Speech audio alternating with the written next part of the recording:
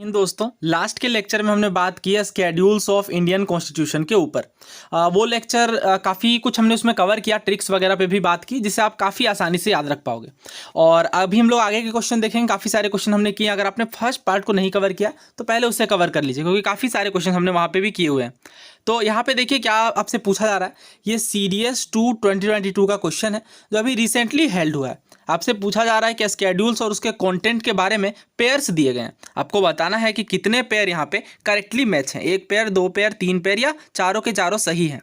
पहले स्केड्यूल में कहा जा रहा है कि जो फर्स्ट स्केड्यूल है वो ओथ और अफर्मेशन की बात करता है। दूसरे में कहा जा रहा है जो थर्ड स्केड्यूल है वो काउंसिल ऑफ स्टेट में सीट्स के एलोकेशन की, आवंटन की बात करता है। तीसरे फिफ्थ स्केड्यूल में कहा जा रहा है कि जो प्रोविज़न है स्केड्यूल एरिया और स्केड्यूल ट्राइब, इसके एडमिनिस्ट्रेशन से संबंधित है। चौथे में कहा जा रहा है कि जो हमारा 9th स्केड्यूल है उसमें प्रोविज़न जो है वो रिलेटेड है किससे, ट्राइबल एरिया के एडमिनिस्ट्रेशन से कुछ सर्टेन स्टेट्स में। आपको बताना है कि यहाँ पे कितने पेयर्स करेक्ट है। तो देखिए एग्जाम में ऑलरेडी इतना प्रेशर होता है, अगर आप डायरेक्टली याद करने की कोशिश करेंगे तो यहाँ पे टाइम लग सकता है, लेकिन अगर आप ट्रिक के माध्यम से करेंगे तो काफ़ी जल्दी आंसर निकल करके आ सकता है। सो लास्ट के लेक्चर में हमने काफ़ी डिटेल से इस ट्रिक पर बात की है। ट्रिक है यहाँ पे tears of old PM। Okay, पहले यहाँ पे टेरिटरी है, एम्यूलमेंट्स है, अफर्मेशन है जिसे ओथ भी कहते हैं, राज्यसभा है, schedule areas, other schedule areas की हमने बात की, फेडरल प्रोविजन जो कि 7th स्केड्यूल में है, 8th में ऑफिशियल लैंग्वेज है, 9th में लैंड रिफॉर्म्स है, 10th में डिफेक्शन है, 11th में पंचायत है और लास्ट में हमारा म्यूनसिपैलिटीज़ है जो कि 12th स्केड्यूल है। तो फर्स्ट स्केड्यूल किससे डील करता है, टेरिटरीज से और स्टेट से। हमने इस पर बात की है कि हमारे जो भारत के राज्य हैं और जो यूनियन टेरिटरीज हैं वो फर्स्ट स्केड्यूल के अंदर नामित किए गए हैं। अगर इनके एरिया में, अगर इनकी टेरिटरी में कोई बदलाव होता है तो फर्स्ट स्केड्यूल में अमेंडमेंट करना जरूरी होगा। ठीक है, ये बात आपको ध्यान रखनी है। दूसरे में अगर आप देखें तो वेतन और भत्तों की बात की जा रही है, एम्यूलमेंट्स की बात की जा रही है, और थर्ड में जाकर के अफर्मेशन की बात की जा रही है।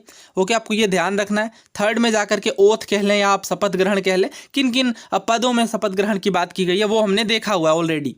तो ये हो गया। तो उसके बाद अब आते हैं क्वेश्चन पे। अच्छा हाँ, फोर्थ में राज्यसभा के सीटों के अलॉटमेंट की बात करता है।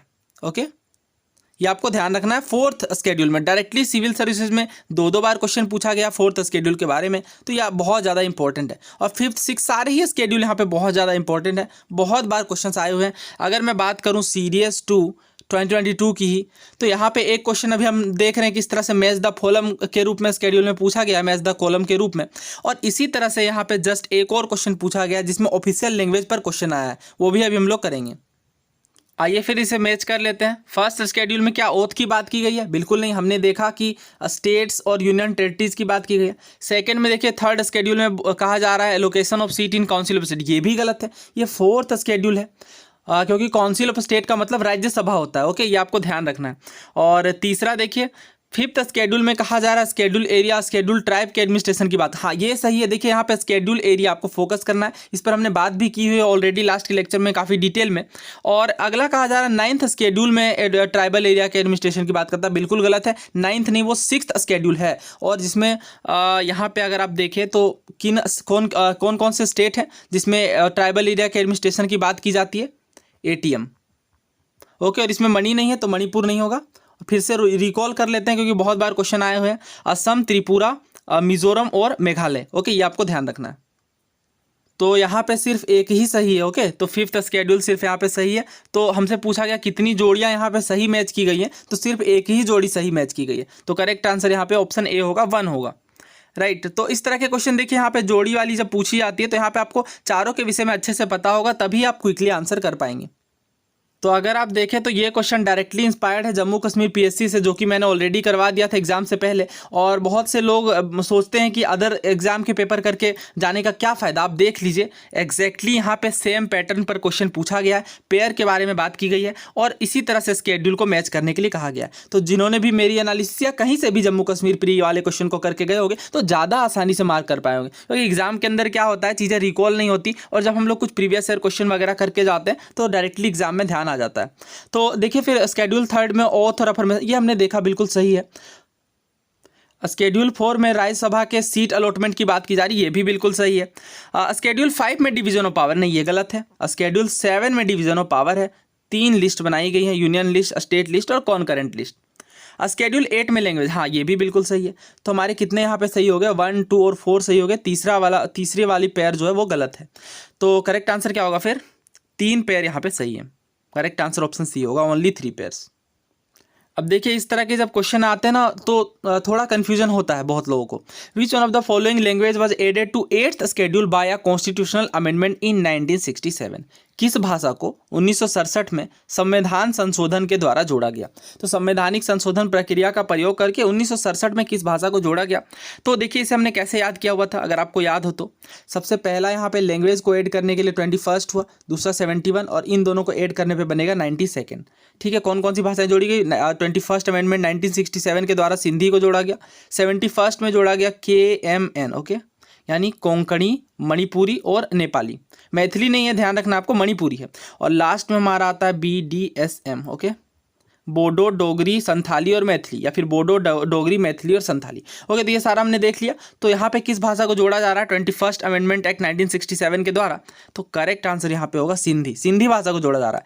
अच्छा, अगर इस क्वेश्चन की बात करूँ तो डायरेक्टली अगर आप इसे नहीं सोच पाए, नहीं याद रख पाए, तो भी आप एलिमिनेट करके निकाल सकते हैं। क्यों? क्योंकि अगर आपको ये याद है कि कौन कौन सी भाषाओं को बाद में जोड़ा गया, जैसे खासी के बारे में बताया गया, ये तो हमारे 8th शेड्यूल में है ही नहीं। कश्मीरी तो ऑलरेडी है, स्टार्टिंग से ही है, तो ये नहीं होगा। उर्दू भी स्टार्टिंग से ही है, तो ये भी नहीं होगा। ठीक है, तो अमेंडमेंट करके यहाँ पे सिर्फ सिंधी को ही जोड़ा गया। हाँ, ऑप्शंस के अंदर बोडो दे दिया जाता, डोगरी दे दिया जाता, मैथिली दे दिया जाता, संथाली, मणिपुरी, ये भाषाएं दे दी जाती तो थोड़ा कन्फ्यूजन आ सकता था। लेकिन ऑप्शंस में उन्हीं भाषाओं को दिया गया है जो या तो हमारे संविधान में प्रारंभ से हो, या फिर भाषा जो अभी तक हमारे 8th शेड्यूल में ना हो।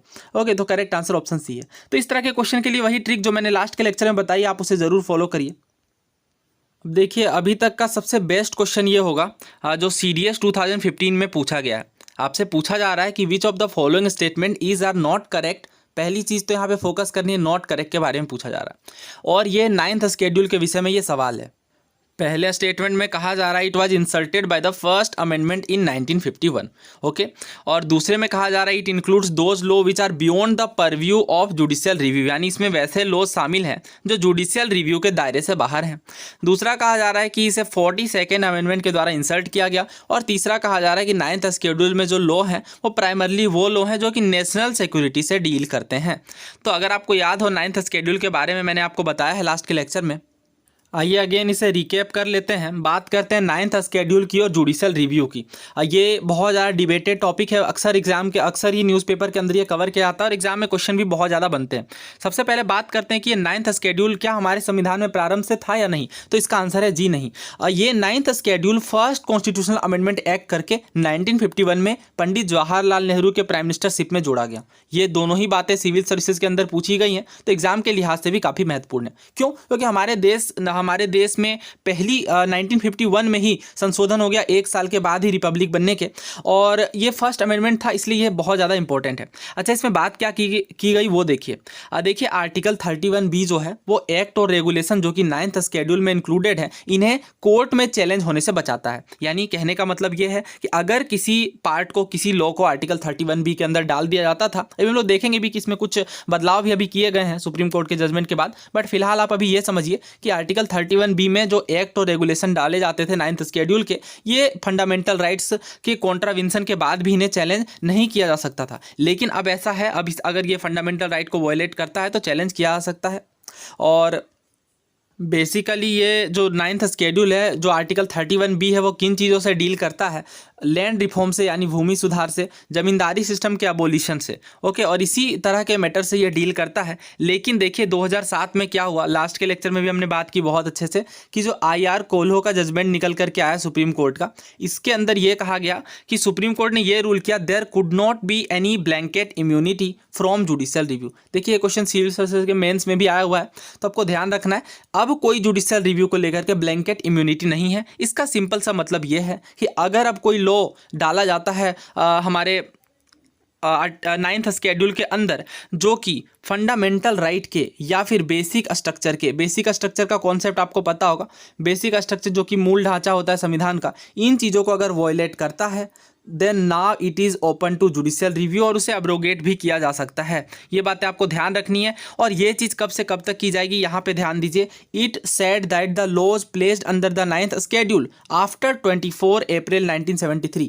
यानी जो हमारा केशवानंद भारती वाला जजमेंट निकल कर के आया, जो कि लैंडमार्क इवेंट है, तो इसके बाद से 24 अप्रैल 1973 के बाद से कोर्ट में चैलेंज किया जा सकता है अगर ये फंडामेंटल राइट्स जो कि आर्टिकल 14, 15, 19, 21 या फिर बेसिक स्ट्रक्चर का उल्लंघन करते हैं। तो ये बेसिक स्ट्रक्चर की बात कभी डिटेल में बात करेंगे इस पर, इससे भी बहुत सारे सवाल आते हैं। फिलहाल आप समझ लीजिए कि एक मूल ढांचा है जिसमें बदलाव नहीं किया जा सकता, और मूल ढांचों को लेकर के अगर कोई लॉ बनता है जो मूल ढांचे को, बेसिक स्ट्रक्चर को वायलेट करता है, तो उसे नल एंड वॉइड डिक्लेयर किया जा सकता है। ओके, तो ये बेसिक स्ट्रक्चर का कॉन्सेप्ट था और केशवानंद भारती जजमेंट के बाद ये आया हुआ है। और ये हमने IR कोल्हो केस को भी आपको ध्यान रखना है, ये भी एग्जाम के अंदर पूछा जाता है।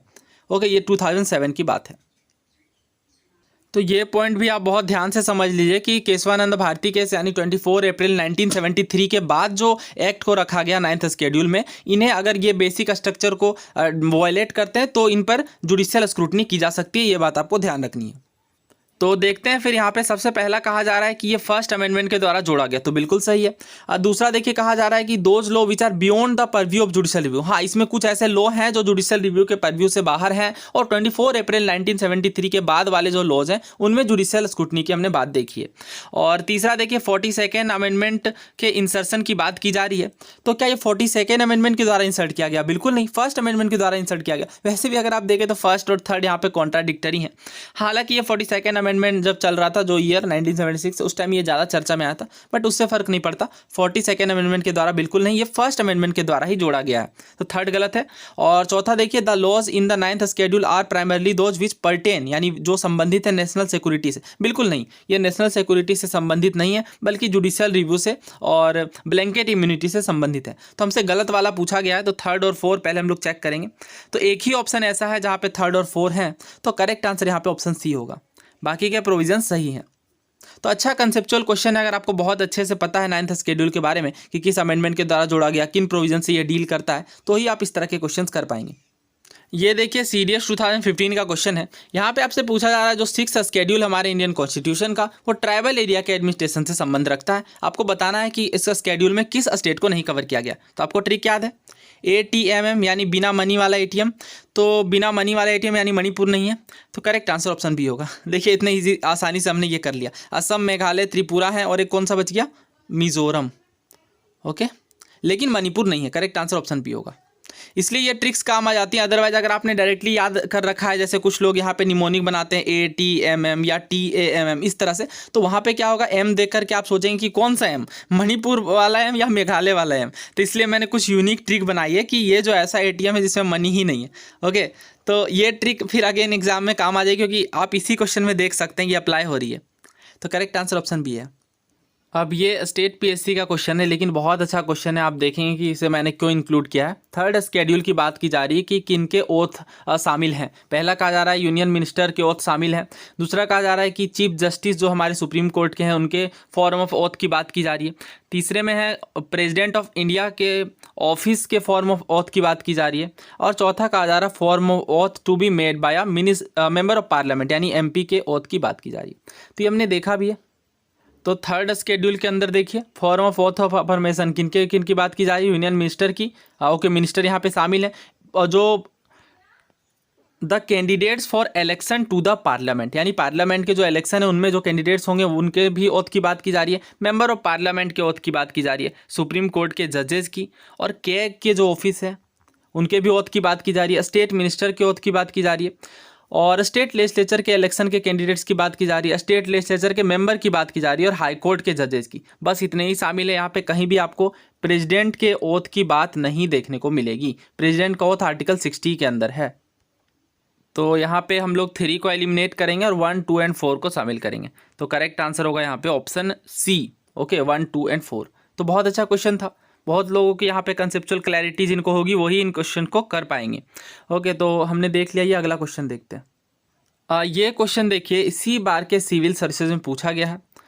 क्या पूछा जा रहा है? If a particular area is brought under the 5th schedule of the constitution of India, यानी अगर किसी पर्टिकुलर एरिया को 5वीं अनुसूची के अंतर्गत लाया जाता है। विच one of the following statement best reflect the consequences on it, यानी कौन सा परिणाम सबसे अच्छे से एक्सप्लेन कर रहा है स्टेटमेंट के द्वारा। पहला कहा जा रहा है कि ये प्रिवेंट करेगा transfer of land of tribal people to non tribal people. Okay, दूसरा कहा जा रहा है कि इसमें local self governing body create की जाएगी। तीसरा कहा जा रहा है कि इसे यूनियन टेरिटरी में कन्वर्ट कर दिया जाएगा। चौथा कहा जा रहा है कि state having such area would be declared A special category state. क्यों स्पेशल कैटेगरी स्टेट की बात क्यों होगी, यूनियन टेरिटरी में कन्वर्ट करने की बात क्यों आएगी, लोकल सेल्फ गवर्निंग बॉडी कोई ज़रूरी नहीं क्रिएट की जाए। तो यहाँ पे अगर आप देखें तो ये क्वेश्चन, तो सिविल सर्विसेज 2022 वाला क्वेश्चन इस क्वेश्चन से, जो कि 3 साल पहले सिविल सर्विसेज में पूछा गया, उससे डायरेक्टली इंस्पायर्ड है। इसमें आपसे पूछा जा रहा है कि किस स्केड्यूल में बात की जाती है, can the transfer of tribal land to private parties for mining be declared null and void, यानी अगर किसी ट्राइबल लैंड को प्राइवेट पार्टीज के द्वारा ट्रांसफ़र कर दिया जाता है तो माइनिंग पर्पज़ के लिए, तो ये नल एंड वॉइड डिक्लेयर कर दिया जाएगा। अब सोचिए इसका आंसर क्या होगा, यानी ये बात करता है ट्राइबल लैंड से नॉन ट्राइबल लैंड के जो ट्रांसफ़र होगी लैंड की, उसे प्रिवेंट करता है। अब देख रहे हैं किस तरह से प्रीवियस ईयर क्वेश्चन से डायरेक्टली क्वेश्चन फ्रेम किए जाते हैं, और ये इसका बहुत अच्छा उदाहरण है। तो जो लोग कहते हैं सिविल सर्विसेज में क्वेश्चन नाम मात्र के रिपीट करते हैं, वो मेरी उस वीडियो को देख सकते हैं जहां मैंने दिखाया लगभग 30-35 सवाल जो सिविल सर्विसेज 2022 में पूछे गए, वो प्रीवियस ईयर क्वेश्चन से डायरेक्टली या फिर आप इनडायरेक्टली कह लें इंस्पायर्ड थे। कुछ क्वेश्चन तो काफ़ी सारे तो डायरेक्टली ही थे, जैसे इकोनॉमिक्स के 2 सवाल डायरेक्टली पूछ लिए गए रिपीट करके, ये क्वेश्चन हमने देख लिया। इन्वायरमेंट का एक क्वेश्चन डायरेक्टली रिपीट कर गया। इस तरह बहुत सारे क्वेश्चन डायरेक्टली रिपीट किए।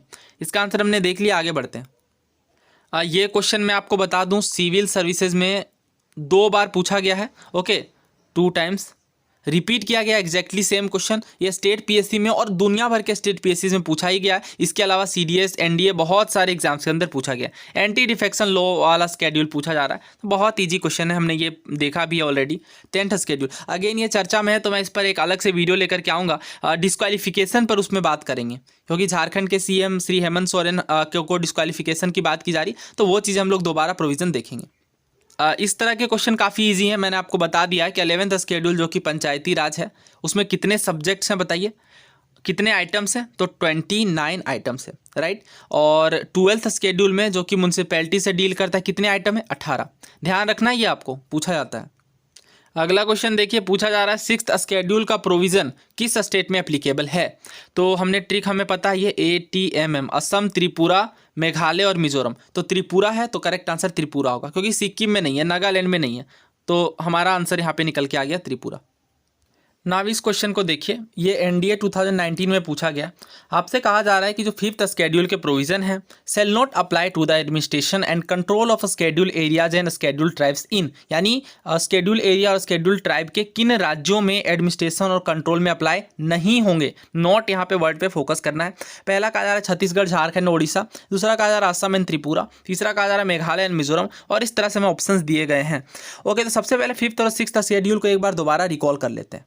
तो पहली चीज़ आपको ये ध्यान में रखनी है कि जो 5th स्केड्यूल है वो एंटायर कंट्री में अप्लाई हो सकता है, एक्सेप्ट जो हमारे 4 राज्य हैं, क्योंकि इन 4 राज्यों में हमने बात की है ऑटोनोमस डिस्ट्रिक्ट काउंसिल और 6th स्केड्यूल के अंतर्गत ये आते हैं। ओके, तो इन्हें 5th स्केड्यूल में शामिल नहीं किया जाएगा। और वर्तमान में अगर बात करें तो टोटल 10 स्टेट में ये लागू भी हैं, लेकिन असम, त्रिपुरा, मेघालय, मिजोरम में नहीं है, क्योंकि इसके लिए अलग से 6th स्केड्यूल का प्रोविजन है। ओके, पहली चीज़ ये आपको ध्यान में रखनी है। 6th स्केड्यूल में ATM है, इसकी हमने बात कर ली है बहुत बार ऑलरेडी। अच्छा, यहाँ पे देखिए गवर्नर के पास एम्पावर होंगे वो कि ट्राइबल एडवाइजरी काउंसिल बना सकते हैं। ओके, ट्राइबल एडवाइजरी काउंसिल बना सकते हैं। और 6th स्केड्यूल की अगर हम बात करें तो 6th स्केड्यूल में हमें ऑटोनोमस डिस्ट्रिक्ट काउंसिल का प्रोविजन देखने को मिलेगा। ये 2 बातें आपको ध्यान रखनी है। और भी कुछ बातें हैं, जैसे यहाँ पे एडवाइस बाइंडिंग नहीं होती, जो कि एडवाइजरी बॉडी होती है गवर्नर की, यहाँ पे एडवाइस बाइंडिंग होती है। इस तरह की कुछ बातें हैं जो हम लोग अलग से देखेंगे। तो यहाँ पे भी देख लीजिए, आर्टिकल 244 पार्ट 10 में स्पेशल प्रोविज़न की बात की गई है, स्पेशल सिस्टम ऑफ एडमिनिस्ट्रेशन की बात की गई है। और 5th स्केड्यूल में एडमिनिस्ट्रेशन एंड कंट्रोल की बात की जा रही है। किनमें ध्यान रखिए, ट्राइबल एरियाज की बात नहीं की जा रही है, schedule areas and schedule tribes की बात की जा रही है। ओके, और किन राज्यों में, एक्सेप्ट द 4 यानी 4 राज्यों को छोड़कर बाकी राज्यों में, असम, मेघालय, त्रिपुरा और मिजोरम को छोड़कर। और 6th स्केड्यूल में ऑन द अदर हैंड हमने देखा कि ये डील करती है ट्राइबल एरियाज के एडमिनिस्ट्रेशन से 4 नॉर्थ ईस्टर्न स्टेट में। कौन कौन से वो 4 नॉर्थ ईस्टर्न स्टेट हैं, ATMM। ओके, असम, मेघालय, त्रिपुरा और मिजोरम। और स्केड्यूल एरिया को डिक्लेयर करने की पावर किनके हाथों में होती है, प्रेसिडेंट के हाथों में। तो यहाँ पे हमसे फिफ्थ स्केड्यूल की बात की जा रही है, तो किन किन राज्यों में अप्लाई नहीं होगी बताइए। असम, त्रिपुरा, मेघालय और मिजोरम में अप्लाई नहीं होगी। तो करेक्ट आंसर यहाँ पे बनता है वन ओनली। ओके, तो करेक्ट आंसर यहाँ पे ऑप्शन ए है। आपको कंफ्यूज नहीं होना है, दोबारा मैं आपको बता दे रहा हूँ। यहाँ पे अगर सिक्स स्केड्यूल की बात की जाती तो असम, मेघालय, त्रिपुरा, मिजोरम शामिल होते, लेकिन फिफ्थ स्केड्यूल के प्रोविजन की अगर बात की जाएगी तो इन 4 राज्यों को छोड़ करके शामिल किया जाएगा। तो वर्तमान समय मैंने आपको बता दिया कि 10 स्टेट शामिल हैं फिफ्थ शेड्यूल में। कौन कौन से, यहाँ पे एक बार देख लेते हैं। आंध्र प्रदेश, झारखंड, गुजरात और हिमाचल प्रदेश, मध्य प्रदेश और राजस्थान, ओडिशा और महाराष्ट्र। हो गए ये 10 स्टेट अभी फिलहाल ट्राइबल होमलैंड यानी फिफ्थ शेड्यूल के अंतर्गत हैं। नेक्स्ट क्वेश्चन देखिए, 9th शेड्यूल के बारे में कौन सी बात सही नहीं है ये पूछा जा रहा है। तो हमने देखा ये फिफ्थ शेड्यूल में, अच्छा ये क्वेश्चन कब पूछा गया, CDS 2016 का ये क्वेश्चन है। तो हमने ये देखा कि हाँ ये फिफ्थ शेड्यूल के फिफ्थ अमेंडमेंट के द्वारा जोड़ा गया है। ओके, फर्स्ट अमेंडमेंट एक्ट के द्वारा ये जोड़ा गया 1951 में। उस टाइम पे प्राइम मिनिस्टर कौन थे, पंडित जवाहरलाल नेहरू। तो ये बिल्कुल करेक्ट है, हमसे नॉट करेक्ट पूछा गया है। दूसरा देखिए, the act and regulation specified in the 9th schedule shall become void on the ground that it violates a fundamental right in part 3 of the constitution. यानी कहा जा रहा है कि जो एक्ट और रेगुलेशन 9th शेड्यूल में दिए गए हैं ये वॉइड बन जाते हैं if it violates a fundamental right in part 3। अगर ये फंडामेंटल राइट को वायलेट करते हैं तो the supreme court has the power of judicial review of an act included in 9th schedule doctrine of basic structure. तो ये हमने देखा है कि ओके 2007 के बाद से अब जो सुप्रीम कोर्ट के हाथों में ये पावर है कि जुडिशियल रिव्यू के तहत 9th शेड्यूल के प्रोविजंस को 9th शेड्यूल के एक्ट को ला सकती है in the doctrine of basic structure. चौथा देखिए, the appropriate legislature can repeal or amend an act specified in the 9th schedule. तो बिल्कुल 9th शेड्यूल के एक्ट को भी एप्रोप्रिएट लेजिस्लेचर के द्वारा रिपील या फिर अमेंड किया जा सकता है। यहाँ पे करेक्ट आंसर बनेगा ऑप्शन बी। बिकॉज ध्यान से समझिए क्या कहा जा रहा है कि जो 9th शेड्यूल में एक्ट और रेगुलेशन है वो खुद वॉइड बन जाएंगे। नहीं, ऐसा नहीं है, वो डायरेक्टली वॉइड नहीं बनेंगे अगर उन्हें सुप्रीम कोर्ट के द्वारा, यहाँ पे ध्यान दीजिए, जुडिशियल रिव्यू की जाती है और उसके बाद अगर वो बेसिक स्ट्रक्चर का उल्लंघन करते हुए पाए जाते हैं तभी उन्हें नल एंड वॉइड करार दिया जा सकता है। ओके, इस बात को बिल्कुल आप अच्छे से समझते हैं। यहाँ पे डायरेक्टली कह दिया गया सेल बिकम वॉइड, नहीं, ये डायरेक्टली नहीं होगा। तो करेक्ट आंसर ऑप्शन बी है। अगेन ये बहुत ही अच्छा क्वेश्चन है, अगर आपको बिल्कुल अच्छे से क्लैरिटी है कि कब इसे जो डिक्लेयर किया जा सकता है नल एंड वॉइड, तो ही आप इस क्वेश्चन को कर पाएंगे। करेक्ट आंसर ऑप्शन बी है, क्योंकि डायरेक्टली यहाँ पे बिकम वॉइड की बात कर दी गई है के द्वारा। आगे देखिए, ये कौन सा क्वेश्चन, ये CDS का क्वेश्चन है 2019 का।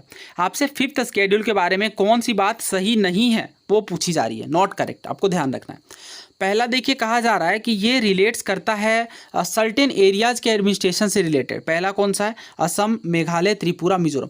तो आपको वो ट्रिक याद ही होगी, ATM, और इस ATM में क्या है, मनी नहीं है, तो मणिपुर नहीं है, तो बाकी राज्य तो बिल्कुल सही है। तो पहला तो बिल्कुल करेक्ट होगा। दूसरा कहा जा रहा है tribal advisory council are constituted to give advice under the fifth schedule. यानी ट्राइबल एडवाइजरी काउंसिल बनाई जाती है, गठित की जाती है फिफ्थ शेड्यूल में एडवाइस देने के लिए।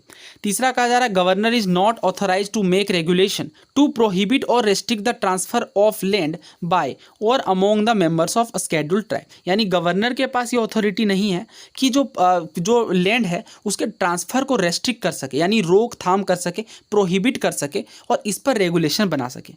और हाँ, यही हमने बात की है ऑलरेडी, अभी हम लोग इसे डिटेल में करेंगे। अगला ऑप्शन पहले देखते हैं।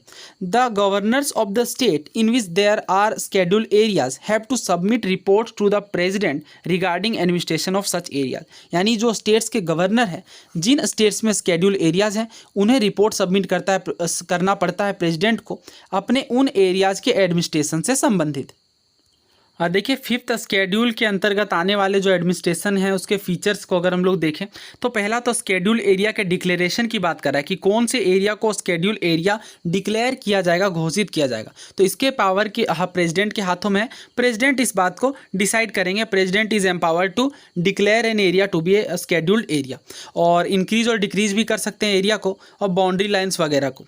अगर आप एग्जीक्यूटिव पावर देखें स्टेट और सेंटर की, तो ये शेड्यूल एरियाज के अंतर्गत ही देखने को मिलती है। लेकिन governor, but the governor has a special responsibility regarding such areas. Governor के हाथों में एक स्पेशल रिस्पॉन्सिबिलिटी है इन एरियाज को लेके, इन्हें सबमिट करना पड़ता है report. He has to submit a report to the president regarding the administration of such areas. इन एरियाज को लेकर के रिपोर्ट पब्लिश किया जाता है एनुअली या फिर जब भी प्रेसिडेंट चाहे। और एग्जीक्यूटिव पावर जो सेंटर की होती है वो स्टेट्स को इन मामलों में लेकर के स्केड्यूल एरियाज़ के एडमिनिस्ट्रेशन के मामलों में लेकर के डायरेक्शन भी दे सकती है। ओके, तो ये आपको बिल्कुल क्लियर रखना है। और ट्राइब्स एडवाइजरी काउंसिल की बात करें तो प्रत्येक स्केड्यूल एरिया में एक ट्राइब्स एडवाइजरी, नाम से ही स्पष्ट हो रहा है, एडवाइजरी यानी सलाह देने के लिए काउंसिल गठित की जाएगी जो एडवाइस देगी स्केड्यूल ट्राइब के विभिन्न मुद्दों में, वेलफेयर और एडवांसमेंट वाले मुद्दों को लेकर के। और अगर लॉ की बात करें स्केड्यूल एरिया में कौन कौन से एप्लीकेबल होंगे, तो गवर्नर के हाथों में ये पावर देखने को मिलेगी। The governor is empowered to direct that any particular act of parliament or the state legislature does not apply to a scheduled area or apply with a specified modification and exception. क्या बताया जा रहा है कि जो governor है उनके हाथों में ये पावर होगी कि वो किसी भी पार्लियामेंट के लॉ को डायरेक्ट कर सके और या फिर स्टेट लेजिस्लेचर के किसी भी लॉ को डायरेक्ट कर सके कि वो इस पर्टिकुलर स्केड्यूल एरिया में अप्लाई होगी या फिर किसी बदलाव के साथ अप्लाई होगी या फिर किसी एक्सेप्शन के साथ अप्लाई होगी या फिर अप्लाई ही नहीं होगी। मतलब कुल मिलाकर के गवर्नर के हाथों में ये पावर दी गई है कि किसी पर्टिकुलर लॉ को स्केड्यूल एरिया के अंदर अप्लाई करना है या नहीं। और इसके अंतर्गत ये भी शामिल है, सच रेगुलेशन में prohibit or restrict the transfer of land by or among members of the scheduled tribe, regulate the allotment of land to member of scheduled tribe. तो बेसिकली वही बात की जा रही है कि अगर ट्राइबल लैंड को किसी और पर्सन को ट्रांसफर किया जाता है तो यहाँ पे भी 5th स्केड्यूल बैकग्राउंड में आएगा। ये सिविल सर्विसेज वाला क्वेश्चन आपको याद होगा। हम लोग और भी क्वेश्चन देखेंगे सिविल सर्विसेज के अंदर ही जो इस टॉपिक से पूछे गए। तो ये तो बिल्कुल गलत बात कह रहा है। अभी तो हमने साफ साफ देखा कि गवर्नर के हाथों में तो ये पावर होगी कि लॉ के ट्रांसफर को रेस्ट्रिक्ट करना है, प्रोहिबिट करना है या नहीं स्केड्यूल ट्राइब के मेंबर्स के बीच। बाकी सारा कुछ सही है। तो यहाँ पे करेक्ट आंसर क्या होगा? Option C. अच्छा कंसेप्चुअल क्वेश्चन है। इस तरह के क्वेश्चन सिविल सर्विसेज में भी बहुत बार आए हुए हैं एंड मैं आपको कहूँगा बहुत ज़्यादा इंपॉर्टेंट है। नेक्स्ट क्वेश्चन देखिए, पूछा जा रहा है कि किस स्केड्यूल ने fix the number of member of the Rajya Sabha. तो ये तो हमने बात कर ली है, राज्यसभा के विषय में कौन सा स्केड्यूल डील करता है बताइए? 4th schedule. सिविल सर्विसेज में भी क्वेश्चन आया हुआ है तो बेसिकली आप कह सकते हैं कि उसी को इनडायरेक्टली सीडीएस में पूछ लिया गया। आगे बात करते हैं, अगर कोई न्यू स्टेट को क्रिएट करना है तो ये तो हमने देखा सिविल सर्विसेज का ये क्वेश्चन है और तमिलनाडु पीसीएस और बहुत सारे स्टेट पीएससी में इस तरह के क्वेश्चन रिपीट करते हैं। तो नए स्टेट को अगर बनाना है, क्रिएट करना है तो किस स्केड्यूल में अमेंड करना पड़ेगा? 1st स्केड्यूल में। 4th स्केड्यूल के बारे में देखिए, सिविल सर्विसेज में अगेन क्वेश्चन आया, एक बार 2003 में आया, बहुत बार क्वेश्चन आ रहे हैं। ये पूछा जा रहा है आपसे कि कौन सी बात यहाँ पे करेक्टली डिस्क्राइब करती है। तो देख लेते हैं ऑप्शंस को। क्या ये पावर के डिस्ट्रीब्यूशन की बात करता है? क्या लैंग्वेज की? नहीं, तो ये तो हमने देखा हुआ ऑलरेडी, ये सीट्स अलॉटमेंट की बात करता है। तो ऑप्शन डी करेक्ट होगा, राज्यसभा के सीट अलॉटमेंट को लेकर के। ये देखिए पूछा जा रहा है, who as per the provision of the constitution declares an area as schedule area. बताइए स्केड्यूल एरिया डिक्लेयर करने का पावर किसके हाथों में है? पहला कहा जा रहा है प्राइम मिनिस्टर, दूसरा प्रेसिडेंट, तीसरा गवर्नर और चौथा कहा जा रहा है स्पीकर ऑफ लेजिस्लेटिव असेंबली। तो इसमें आपको बिल्कुल भी कंफ्यूज होने की जरूरत नहीं है। करेक्ट आंसर यहाँ पे ऑप्शन बी प्रेसिडेंट है। देखिए प्रेसिडेंट के हाथों में ये पावर होगी कि किसी एरिया को डिक्लेयर करना है या नहीं स्केड्यूल एरिया। ये इस स्केड्यूल एरिया को बढ़ा भी सकते हैं, घटा भी सकते हैं। लेकिन जब बात आएगी गवर्नर की पावर्स की इन मामलों में, तो वो क्या कर सकते हैं? किसी पर्टिकुलर लैंड को ट्रांसफर किया जाना चाहिए या नहीं, इस बात का डिसीजन होता है। ध्यान रखिएगा, दोनों प्रोविजंस में आपको कंफ्यूज नहीं होना है, ठीक है। सो अगेन देखिए, मैं आपको दोबारा रिकॉल करवा दे रहा हूँ, the president is empowered to declare an area to be a schedule area. Okay, schedule area declare किनके हाथों में पावर होगी? प्रेसिडेंट के हाथों में। और ये एरिया को बढ़ा या घटा भी सकते हैं, बाउंड्री लाइन को भी चेंज कर सकते हैं। और जब बात की जाएगी किसी पर्टिकुलर लॉ अप्लाई होगा या नहीं, तो ये गवर्नर के हाथों में पावर होगी। और जब लैंड ट्रांसफर की भी बात आएगी तो अगेन गवर्नर के हाथों में एक स्पेशल पावर देखने को मिलेगी। नेक्स्ट क्वेश्चन देखिए, पावर की बात की जा रही है, पावर डिस्ट्रीब्यूशन की यूनियन और स्टेट में। तो बहुत इजी क्वेश्चन है, हमने लिस्ट की बात की है, 3 तरह के लिस्ट देखने को मिलते हैं 7th स्केड्यूल में जो कि पावर के डिस्ट्रीब्यूशन से डील करता है। अगला क्वेश्चन देखिए, यूपीएससी ईपीएफओ का है। आपसे पूछा जा रहा है कौन सा, यहाँ पे नोट वर्ड पे फोकस करना है, does not figure in the list of language in the 8th schedule. 8th schedule में कौन सी भाषा नहीं देखने को मिलती? डोगरी है ऑप्शन में, मैथिली और संथाली, ये तो हमने देखा है। बोडो, डोगरी, मैथिली और संथाली, ये 4 भाषाएं। भोटी नहीं है, देखिए ऑप्शन बी यहाँ पे करेक्ट होगा। बोडो है, भोटी नहीं है। तो ये अगर आपको याद है बीडीएमएस और इसमें आपको अच्छे से क्लैरिटी है कि बोडो भाषा कहाँ पे बोली जाती है, तो ये आप आसानी से कर सकते हैं। आई नो ये वीडियो लेंदी है बट आपको थोड़ा पैसेंस बना करके चलना पड़ेगा। बहुत सारी चीज़ें हम लोग कवर कर रहे हैं, आप खुद देख रहे हैं कितने सारे क्वेश्चन यहाँ पे डायरेक्टली सीडीएस सिविल सर्विसेज में पूछे गए। तो ये भाषाएं हैं, देखिए बोडो भाषा देख लेते हैं। तो बोडो बोली जाती है असम और वेस्ट बंगाल में। ओके, डोगरी भाषा जम्मू कश्मीर और हिमाचल प्रदेश में, और गुजराती और हिंदी ये सब तो हमें पता ही है। कश्मीरी जम्मू कश्मीर है। हाँ, एक बात और आपको ध्यान रखनी है, नेपाली भाषा भी हमारे 8th स्केड्यूल के अंदर शामिल है। और किस स्टेट में है, तो सिक्किम और वेस्ट बंगाल के पार्ट्स में बोली जाती है। यहाँ आप मैप में भी देख सकते हैं, देखिए यहाँ पे कश्मीरी है और इस वाले रीजन में डोगरी है, जम्मू वाले रीजन में। और यहाँ राजस्थान में आप देख सकते हैं, पंजाब में फिर आपकी हिंदी भाषा इन रीजन्स में, ये एक सेकेंड, हाँ ये इस वाले रीजन में। फिर ओडिया देखिए, मराठी, कोंकणी, कन्नड़, तेलुगु, ओके। यहाँ पे नेपाली देख सकते हैं सिक्किम वाले रीजन में। इसके बाद मैथिली बिहार वाले रीजन में ऑफकोर्स बोली जाती है। और मैं झारखंड से हूँ तो यहाँ पे संथाली भाषा भी बोली जाती है। इसके अलावा बंगाली देखिए, बंगाल में हमारे, और असमीज़ भी, और बोडो देखिए, नेपाली है, फिर मणिपुरी। ये सारे लैंग्वेजेस की हमने बात की 8th स्केड्यूल में। अगला क्वेश्चन देखिए, आपसे पूछा जा रहा है कि ऑटोनोमस डिस्ट्रिक्ट काउंसिल से कौन सा पार्ट या फिर कौन सा आर्टिकल या कौन सा स्केड्यूल डील करता है। 8th schedule article 370, 6th schedule या आर्टिकल 250। तो करेक्ट आंसर ऑब्वियसली यहाँ पे 6th स्केड्यूल होगा, ऑटोनोमस डिस्ट्रिक्ट काउंसिल की बात करता है। तो ये देखिए ट्राइबल एरिया के एडमिनिस्ट्रेशन की बात करता है 6th स्केड्यूल। इसके विषय में हमने बात की है। जो 4th नॉर्थ ईस्टर्न स्टेट हो गया, असम, मेघालय, त्रिपुरा और मिजोरम, हमने इसकी ट्रिक भी याद कर ली है, ओके, ATM। और यहाँ पे अगर आप देखें तो बात की जा रही है ऑटोनोमस काउंसिल के बारे में। ऑटोनोमस 6th स्केड्यूल में क्या क्या फीचर्स दिए गए हैं, जो ट्राइबल एरियाज होंगे 4 स्टेट के बारे में, ये बताया गया कि ये ऑटोनोमस डिस्ट्रिक्ट इनमें गठित किए जाएंगे। और यहीं पे से कॉन्सेप्ट निकल करके आएगा ऑटोनोमस डिस्ट्रिक्ट काउंसिल का। और प्रत्येक ऑटोनोमस डिस्ट्रिक्ट में, तो ये आप समझ सकते हैं ऑटोनोमस डिस्ट्रिक्ट का मतलब स्वायत्तीय जिले। तो इसका आंसर तो हमने देख लिया, 6th स्केड्यूल है। आगे बढ़ते हैं। नेक्स्ट क्वेश्चन देखिए, पूछा जा रहा है 8th स्केड्यूल में कौन सी भाषा शामिल नहीं है। इंग्लिश है ऑफकोर्स, संस्कृत, उर्दू, नेपाली। कौन सी भाषा यहाँ पे शामिल नहीं, ये आपको बताना है। इंग्लिश है या नहीं, संस्कृत है, उर्दू है या फिर नेपाली। तो ऑफकोर्स हमने देखा हुआ है संस्कृत, उर्दू, नेपाली है, इंग्लिश नहीं है। तो करेक्ट आंसर ऑप्शन ए होगा। तो इसीलिए मैंने आपको मैप से दिखा दिया था, और नेपाली और बाकी स्टेट्स जो है अलग अलग जगहों के, वो मैंने आपको अच्छे से क्रिस्टल क्लियर करवा दिया। और इन क्वेश्चंस के बाद आप और ज़्यादा श्योर हो जाएंगे कि किस तरह से क्वेश्चंस फ्रेम होते हैं। ओके, तो संथाली हमने देख लिया। हाँ, झारखंड में संथाली ज़्यादा बोली जाती है मोस्टली, और बिहार और कुछ रीजन्स में वेस्ट बंगाल के भी। अगला देखिए CDS का क्वेश्चन है। पूछा जा रहा है 6th स्केड्यूल में किन किन ट्राइबल एरियाज़ को, ट्राइबल एरिया के एडमिनिस्ट्रेशन की बात करता है, जो किन राज्यों से संबंधित है। तो ATM वाली कंसेप्ट को देखेंगे। ATM यहाँ पे है क्या, हाँ है। अगला देखते हैं मेघालय, त्रिपुरा, मणिपुर, मिजोरम। नहीं, यहाँ पे तो मणिपुर आ गई। असम, मणिपुर, ओके, अगेन यहाँ पे मणिपुर आ गई। तो एलिमिनेट करेंगे हम लोग, क्योंकि ATM में मनी नहीं थी, आपको ये याद होगा। और चौथा अगेन मणिपुर, ओके। तो ऑप्शन एलिमिनेशन काफ़ी आसान कर दी गई है हमारे लिए, हमारे ट्रिक्स के बाद। तो ये हम सारा एलिमिनेट कर देते हैं यहाँ पे, क्योंकि यहाँ भी मणिपुर, यहाँ भी। तो करेक्ट आंसर हमारा ऑफकोर्स एक ही बचता है, option number A, Assam, Meghalaya, Tripura and Mizoram. देखिए, सो हमने काफ़ी सारे क्वेश्चन कर लिए हैं। और इसके बाद अगर इस टॉपिक से, स्केड्यूल से कभी भी क्वेश्चन आएगा तो काफ़ी आसानी से आप कर लेंगे। तो उम्मीद है आपको ये वीडियो पसंद आई होगी, और अगर पसंद आई है तो चैनल को सब्सक्राइब कर लीजिए और अपने दोस्तों के साथ भी शेयर करिए। इसके अलावा आप हमें बता सकते हैं कि आप नेक्स्ट PYQ किस टॉपिक पर चाहते हैं, कमेंट बॉक्स में आप लिख सकते हैं। तो थैंक यू सो मच।